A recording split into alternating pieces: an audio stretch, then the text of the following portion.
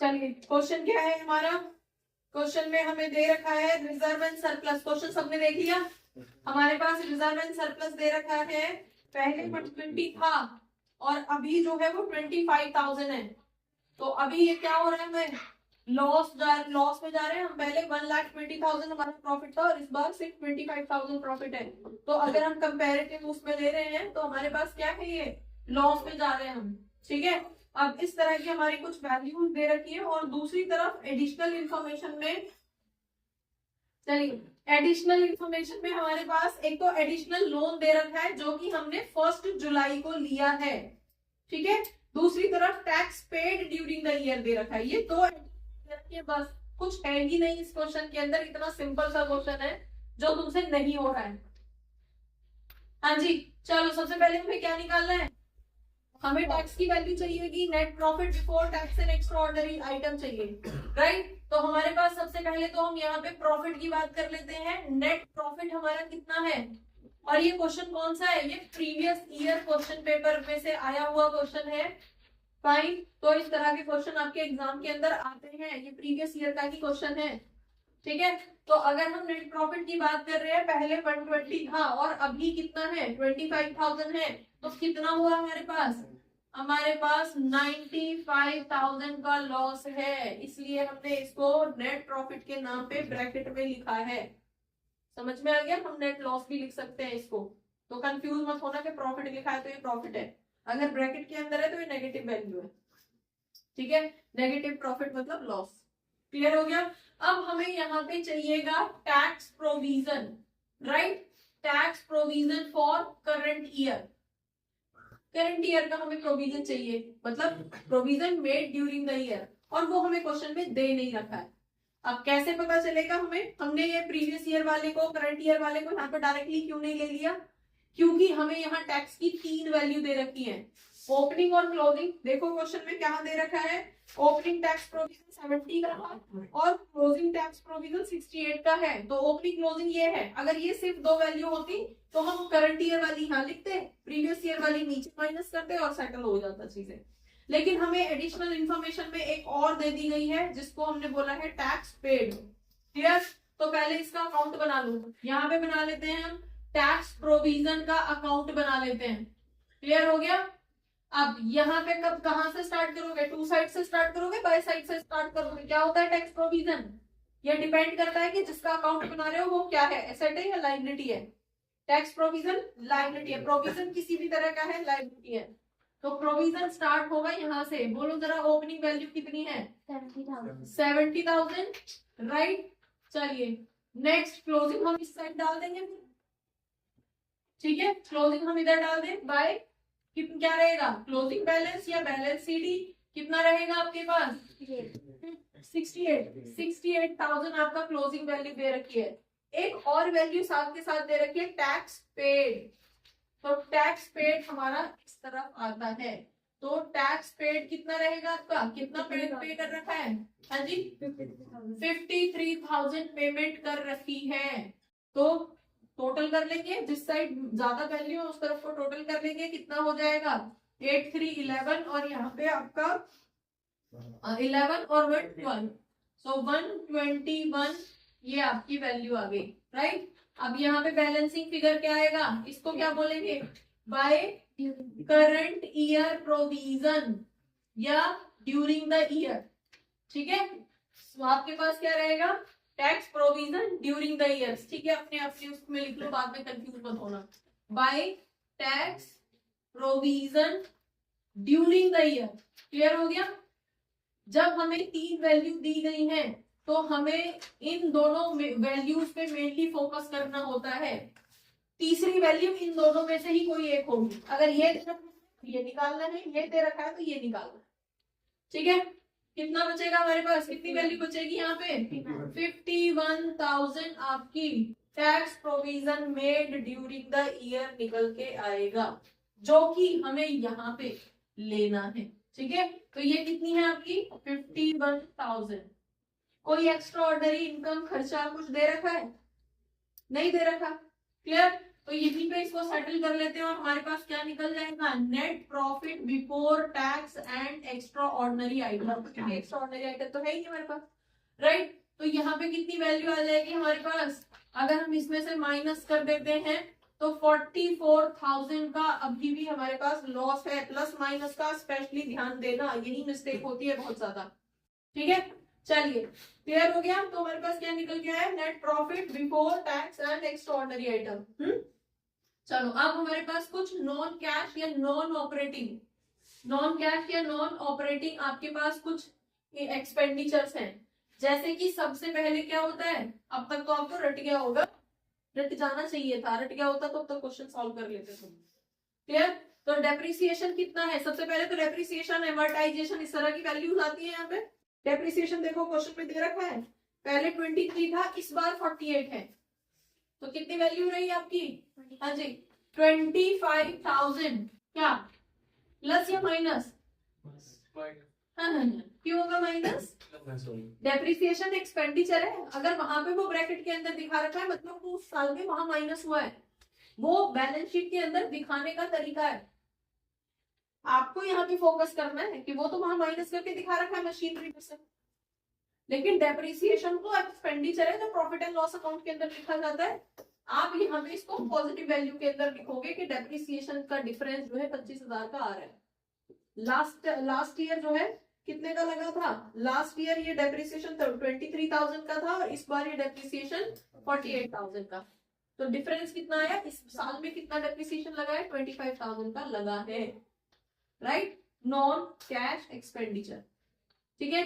Next दूसरा और कौन सा एक्सपेंडिचर है, यहाँ पे आपने इंटरेस्ट भी पे किया है, इंटरेस्ट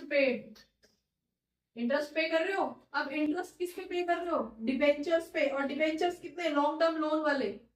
तो लॉन्ग टर्म लोन पे कितने का ले रखा है आपने, हम यहाँ पे कैलकुलेट कर लेते हैं पहले वैल्यू, इंटरेस्ट ऑन लोन, ठीक है। इससे रिलेटेड एक एडजस्टमेंट भी दे रखी है। ओपनिंग वैल्यू कितनी थी आपकी, ओपनिंग वैल्यू थी इसकी कितनी, 60,000 का लोन दिख रहा है जब स्टार्ट हुआ था, ठीक है। और यहाँ पे कितने परसेंट वाला है, ये 10% वाला है।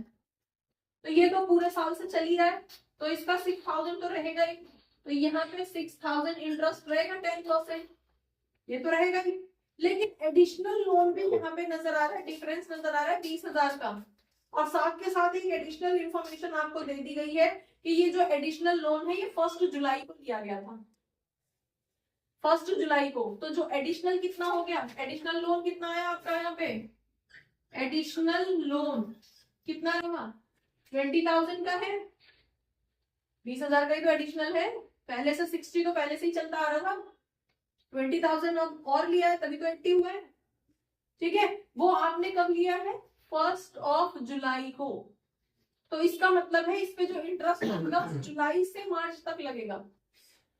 कितने मंथ्स हो गए जुलाई से मार्च, 9 मंथ्स, ठीक है। तो यहाँ पे ये जो 20 है और रेट तो 10% वाला ही है, इंटू 9 मंथ्स, बताओ जरा कितना आ रहा है, 1,500 आ रहा है। क्लियर हो गया, 1,500 कैसे आया, ये यहाँ से काट दो, ठीक है, 3 ये 4 इससे कट जाएगा, 5 जा 3, 1,500 का आ गया, ठीक है। तो टोटल इंटरेस्ट कितना लगेगा, 6,000।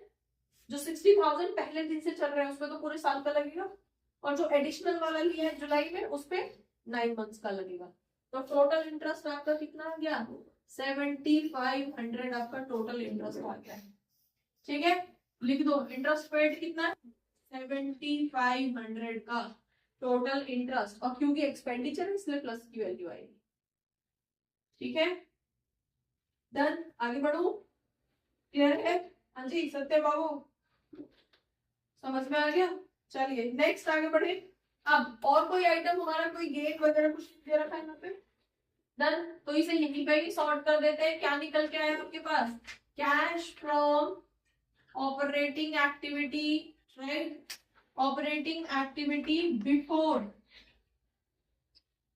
Before working capital change, right. कितना निकल के आया, ये दोनों वैल्यू तो पॉजिटिव है, तो कितनी हो गई है यहाँ पे 32,500, 32,500 को जब इसमें से माइनस करेंगे, ये तो नेगेटिव थी ना वैल्यू, तो हमारे पास कितनी वैल्यू बचेगी, कितना अमाउंट बचेगा, जब इसमें से आपने 32,500 माइनस कर दिया तो कितना बचा, चलिए 11,500 कैसा, पॉजिटिव या नेगेटिव, तो नेगेटिव का ध्यान रखना है।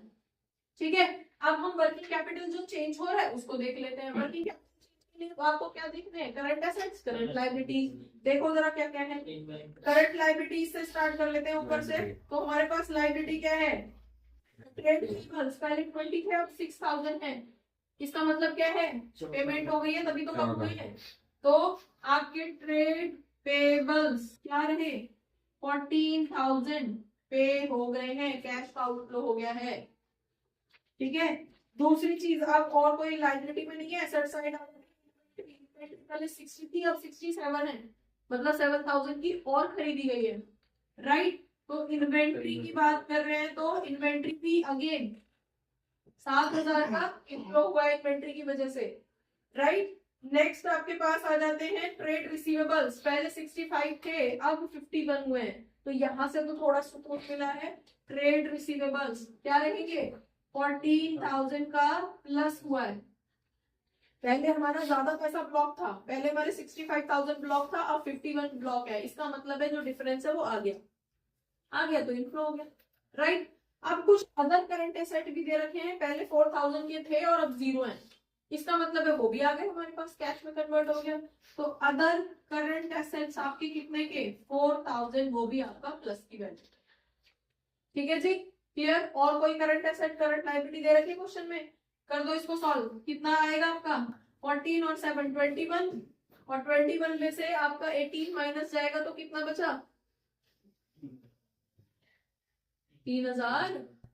ठीक है, क्या पॉजिटिव या नेगेटिव, अगेन नेगेटिव, तो कितना बचा आपका यहाँ पे 14,500, यहाँ पे 14,500, और ये भी किसने का है, नेगेटिव का है, और क्या निकला है ये, cash after working capital change, clear है, नेगेटिव।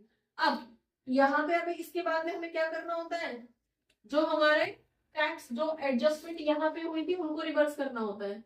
जैसे tax provision during the year का यहाँ पे था, तो टैक्स पेड यहाँ पे आके माइनस होगा, तो टैक्स पेड की वैल्यू तो क्वेश्चन में ऑलरेडी दे ही रखी है, तो टैक्स पेड आपकी कितना है, टैक्स पेड आपका ऑलरेडी कितना है 53,000, तो 53,000 का अगेन पेमेंट है, माइनस करोगे, पेमेंट है। ठीक है, और कुछ एक्स्ट्रा ऑर्डिनरी आइटम इनकम तो कुछ बचा नहीं, तो उसको तो होगा नहीं, कुछ भी नहीं, तो हमारे पास यहाँ पे कितनी वैल्यू आ जाएगी, यहाँ पे 67,500 का क्या निकल के आएगा, ये कैश यूज्ड। ठीक है, तो क्या निकल के आएगा, ये cash used in operating activity. क्या था इसके अंदर जो तुमसे नहीं सॉल्व हो रहा था, वो आ जाएगा। ठीक है, क्या है ये, तो हमारा फाइनली कितना आ गया, 67,500 का कैश यूज्ड है, cash used in operating activity. बच्चों, होपफुली बहुत सारे डाउट्स इस क्लास से रिलेटेड, इस टॉपिक से रिलेटेड आपके क्लियर हुए होंगे इस क्लास को देखने के बाद में। अगर रियली आपके कुछ डाउट्स क्लियर हुए हैं, आपको ये क्लास अच्छी लगी है, तो आप इसको लाइक करिए, सब्सक्राइब करिए और अपने फ्रेंड्स के साथ शेयर करिए। Thank you for watching. Keep watching, keep learning, and don't forget to share. Keep sharing. Thank you.